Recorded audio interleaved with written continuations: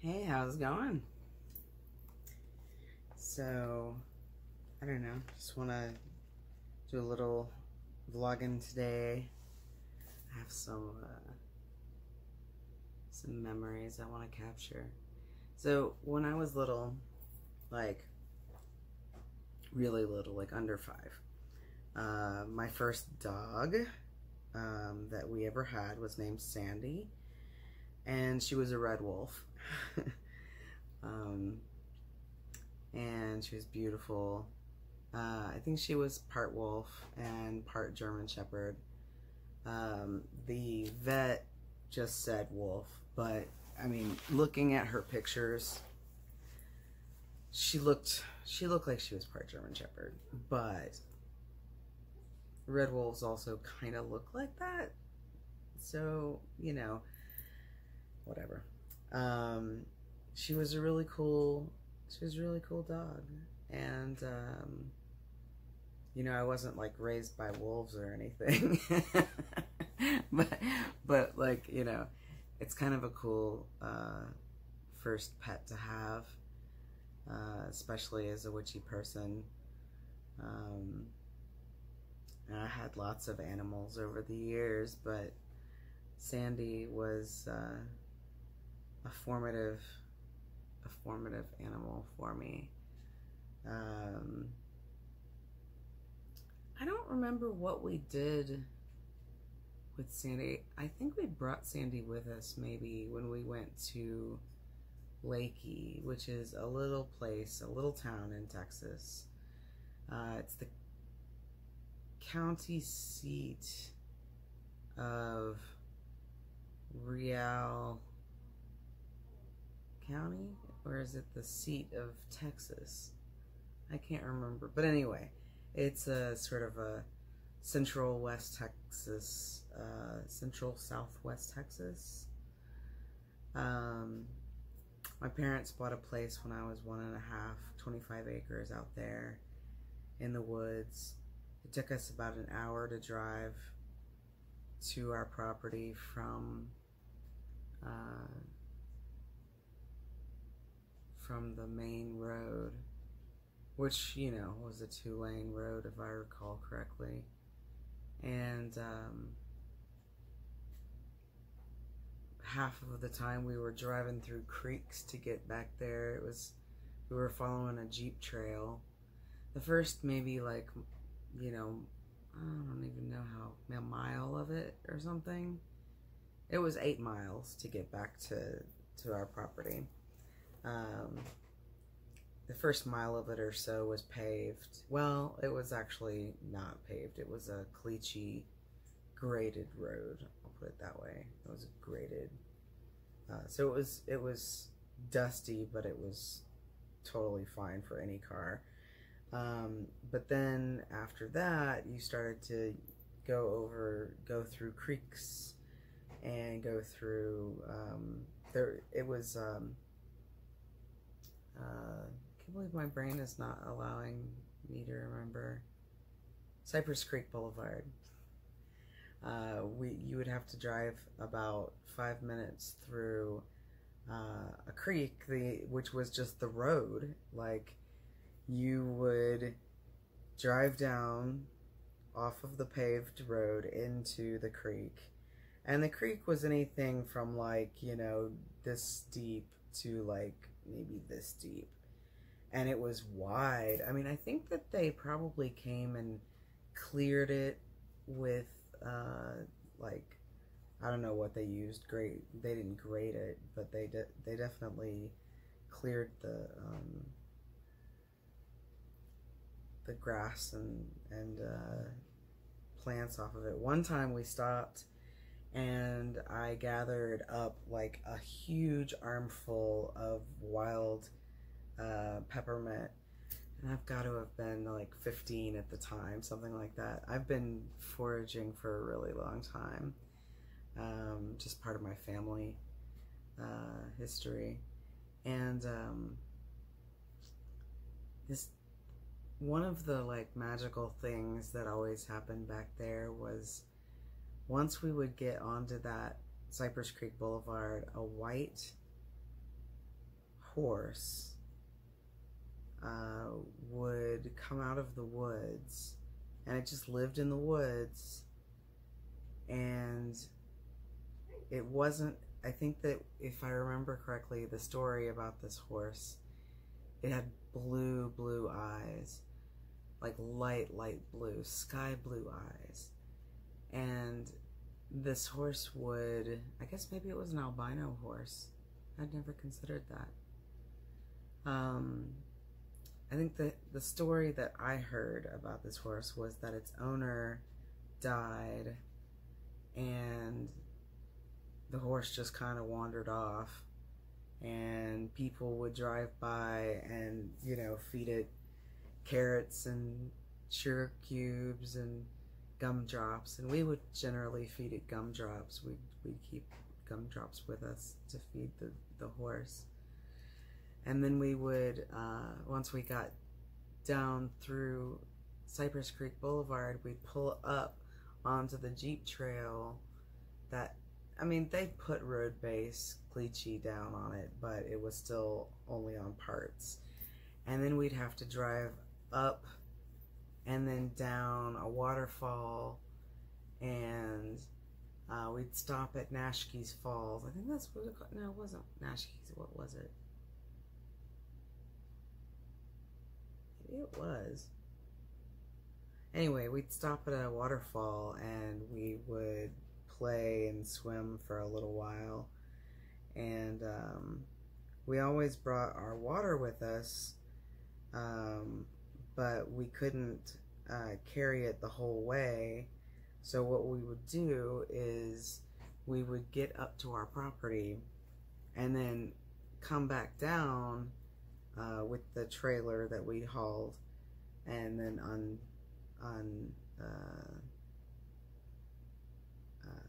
unpacked once we got up there. Since we didn't have any running water, we had to go back down to this rock where a spring came out of the rock, and my mom and dad both would go, and first they'd clean it out, make sure that the pipe was fitting in there really good, and so basically they just stick a pipe into the hole in the rock, and once the pipe was in, they would just lay down we had these big blue water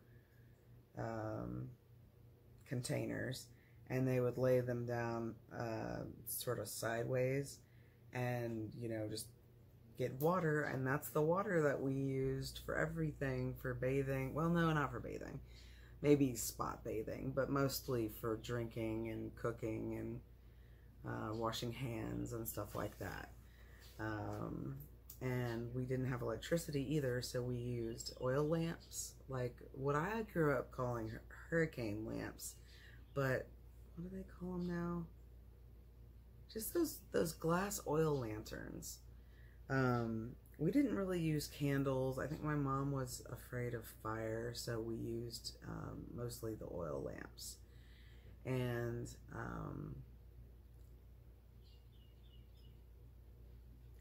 we had those, so we had the kind that you think of as maybe railroad lanterns, the kind that are metal and the glass is encased with a couple of wires that go on either side, and it has a metal handle. And then for like the table, we had, and like in the kitchen and in the living room area, my dad and my mom and my brothers mainly, they're 10 and 12 years older than me, our brothers are, and my sister is like 2.5 years younger. So our brothers and our parents built the cabin. We used to just drive up and have a little trailer that we lived out of, like a little RV. It was an old Scotty. God, it was probably from the 60s, maybe? That seems right. 67 Scotty, something like that. My brothers could probably tell me. I'll poke my brother Patrick to see if he has a YouTube account, and he can come on here and maybe comment something in the comment section. And also, he's going to remember things differently. I wish that he had a account where he had his side of the story or his remembrance, so that I could link to it. That would be so cool. So anyway, let me see. Where was I? So we would go in the trailer, and it had like bunk beds. So me and my sister slept on the bunk right above my parents, and then my brothers slept on the, is that right? Or maybe yeah, my brothers slept on the big bed that was the table. You had to fold that down. And then my parents slept underneath us, me and my sister. And anyway, so they built the cabin, and it was 25 feet by 25 feet square, and it had a couple of lofts. Me and my sister, when we were old enough, slept in the loft, but that was not actually an awesome thing, because during the winter time, the only heat that we had was wood heat. We had a wood stove, and I mean, it was fine and just warm enough when we were downstairs, but it was a little bit cold upstairs. we had really good blankets, though. Actually, we were in old-fashioned. I guess at the time they weren't old-fashioned, but looking back on them, whew, they were zip up. God, I hate it when my brain won't remember words. Sleeping bags. We would sleep in these big old sleeping bags. My sister and I would sleep in one until we got old enough, and we kept each other warm that way. But once we were in our own, oh, it was so cold. Oh my gosh. And we tried to sleep over as close to where the stovepipe ran up and out of the out of the house. So basically, it was this one corner, and the stove was in the middle of the house, and so the stovepipe ran up through one little section that was only about a foot high. Maybe it was a foot and a half then, if I'm doing my hands right.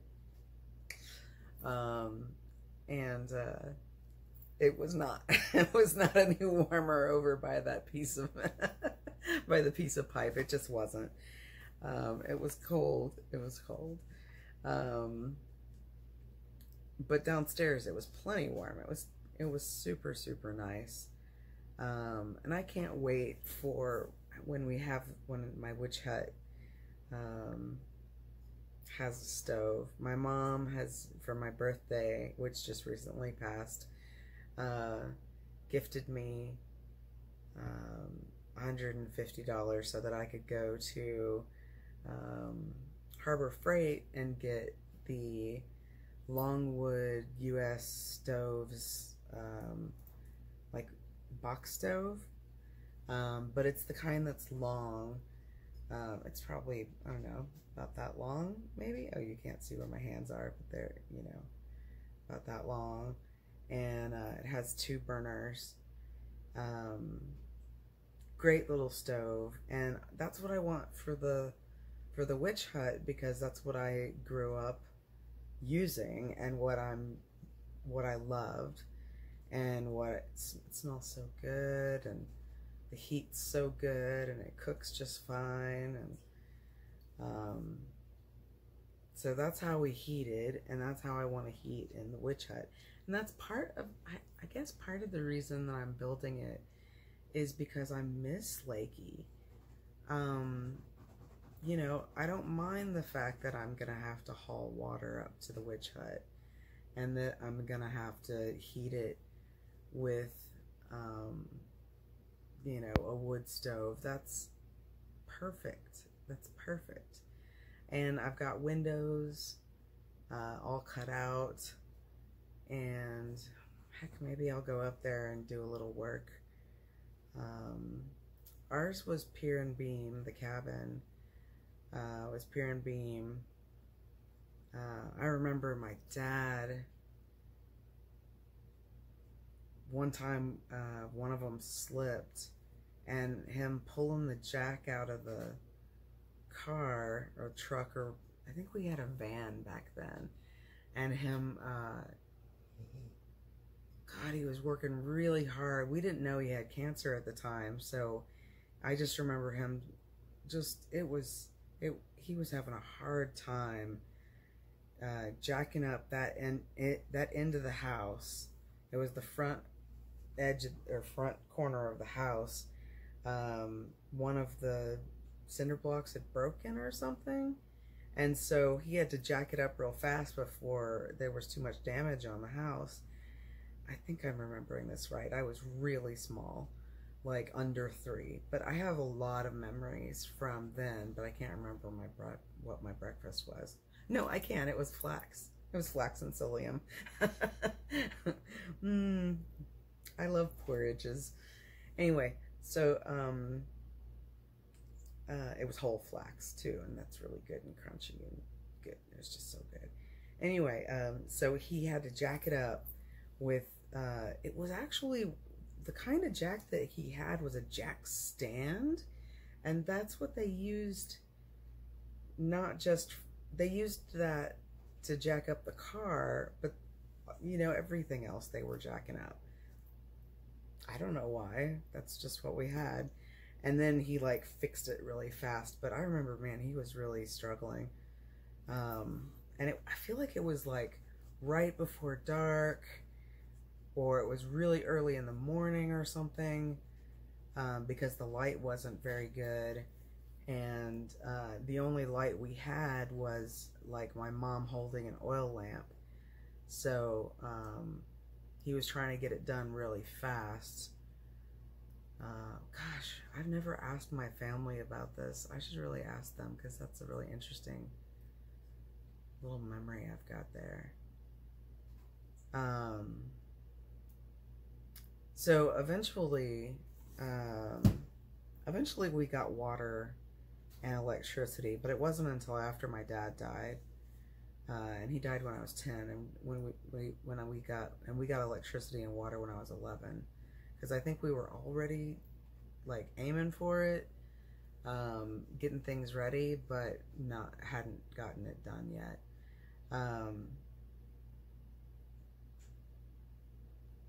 Yeah, that horse, that was kind of magical.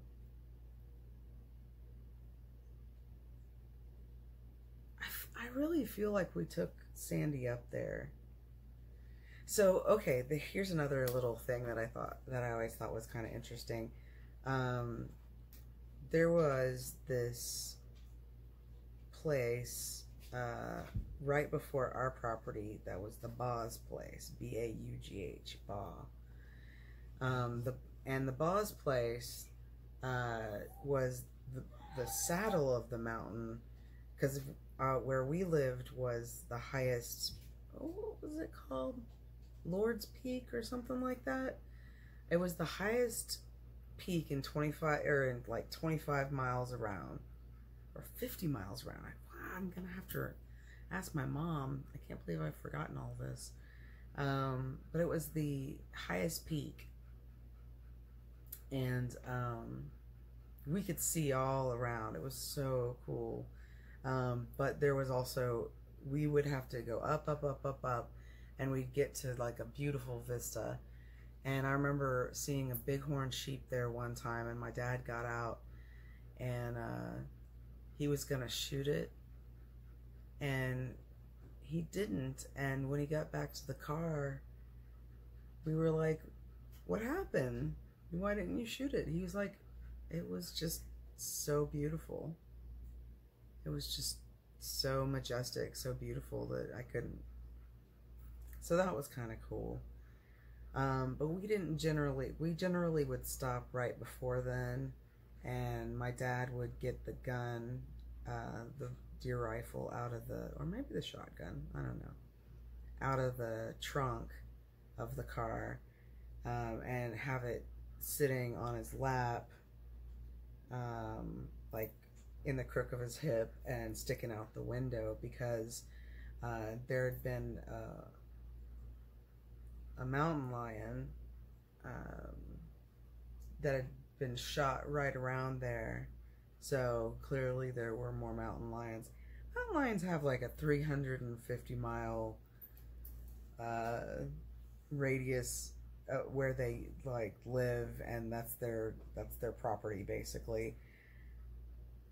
I mean, we didn't know that at the time, but you know, we probably should have gotten the gun out sooner, but whatever, we never saw one. But one time, long after my dad had died, my mom, my sister, and I, this must have been after my brothers went off to college, we were hiking down to our creek, because we had a little creek on our property, and you know, we would clear it out every time we went up there because, you know, leaves had gotten into it, and it was always wet, but it was like, it wasn't running because it was just full of leaves and deadfall. And so my son is playing Minecraft. So we went down there one time and we were cleaning it out, and we noticed before we started, well, no, we'd been cleaning it out a little bit, and then we saw a blood trail, and we were like, oh, and we looked around and we followed it because, I mean, clearly there wasn't anything right there. But there was if we went down far enough, there was the fence to the property next door, and it came down into the creek and back up, and it had been bent to where something could get underneath it, and it was bent, and the blood trail went through it, and right there in the mud was a big old mountain lion track. It was big. It was big. And I don't know what it got, but I mean, it could have been a deer, or who knows. We saw a porcupine down there one time. That's the only time I've ever seen a porcupine. I didn't even know we had them in Texas. But like, it was up in a tree. It was so cute. It had a cute little chunky nose. Oh my gosh, that was really fun. I saw a whip snake back there. It was in our lumber pile. We would go down to Lakey, and every time we would go down to Lakey to get lumber or whatever, we would go swimming at the Frio River. That's where I learned to swim, just like that. What is it, a George Strait song? I learned to swim down there, and we would stop at the old little grocery store there. I still remember the way it smelled. It was just the smell of limestone and like water. But my sister and I would get orange push-up pops. And we didn't get sweets very often, so this was always a huge big deal for us. So we would get the push-up pops, and by the time we were finished with our push-up pops, we would be at the river. And then we would all go swimming. But not only did we go swimming, that was also where we bathed, because we didn't have a bathtub or a shower or anything. So, you know, we were that we were that weird redneck family, or we weren't rednecks at all. My mom was an artist, and my father was an engineer. So no, not at all rednecks. But I mean, we didn't have anywhere else to bathe, so we would make a little, for us little kids. Me and my sister were the little ones. My brothers were teenagers. My mom would make a little stone, like, not bathtub, but you know, she would just make like a little dam so that the ivory soap wouldn't float away. And then she'd bathe me and my little sister. I mean, we would still have our bathing suits on and everything because we were in public, but you know, I mean, just bottoms. That's all we needed. So that's how we bathed. And, you know, I guess my parents were just stealthy about it. I remember going to Garner State Park one time, which is really close to there. And we used the showers there. We were there for the day to go swimming and play and whatnot. And then we just showered at the end of the day. I don't think we stayed there. I think we drove back to the cabin. It was just a late night drive, and we didn't generally drive during the late hours. So yeah, that's a little bit of my history of my early youth. I guess I can't ignore the part about my dad. He got cancer, mesothelioma, and he died in 1986. So all of this that I'm remembering and telling you is before I was 10. A little bit was after, because I was telling you about how we got electricity, but we got a well too, which was really cool. And my mom doused every single well that we ever dug, or had dug. We didn't dig them ourselves, but she used her dowsing rods, and she would find the well. I think she found even the last well that she dug, or she had dug at her current house. And she's 80 years old. That stuff doesn't go away, you know. I should try and douse out here, see if there's any groundwater or any water that's high enough or low enough. There might be lower down near the road, but we're really high up. It would probably still be a really long, deep dig to get to the water. So I don't know if who knows? There could be little rises in underwater rivers. So underwater rivers, underground water. You know, there are rivers under the ground. So anyway, that's my story for today, and I hope that you enjoy it. Give you a little background to why I love the idea of the witch hut so much, and why it's so comfortable to me, and feels like home in a way. We spent like 3 months out of the year sometimes in Lakey when I was little. You know, no electricity, no water. You know, they were building, and you know, my dad wanted to get the place built as quickly as he could, you know. Anyway, so thank you so much for joining me for the story time, and I hope that you have a fantastic day. Bye.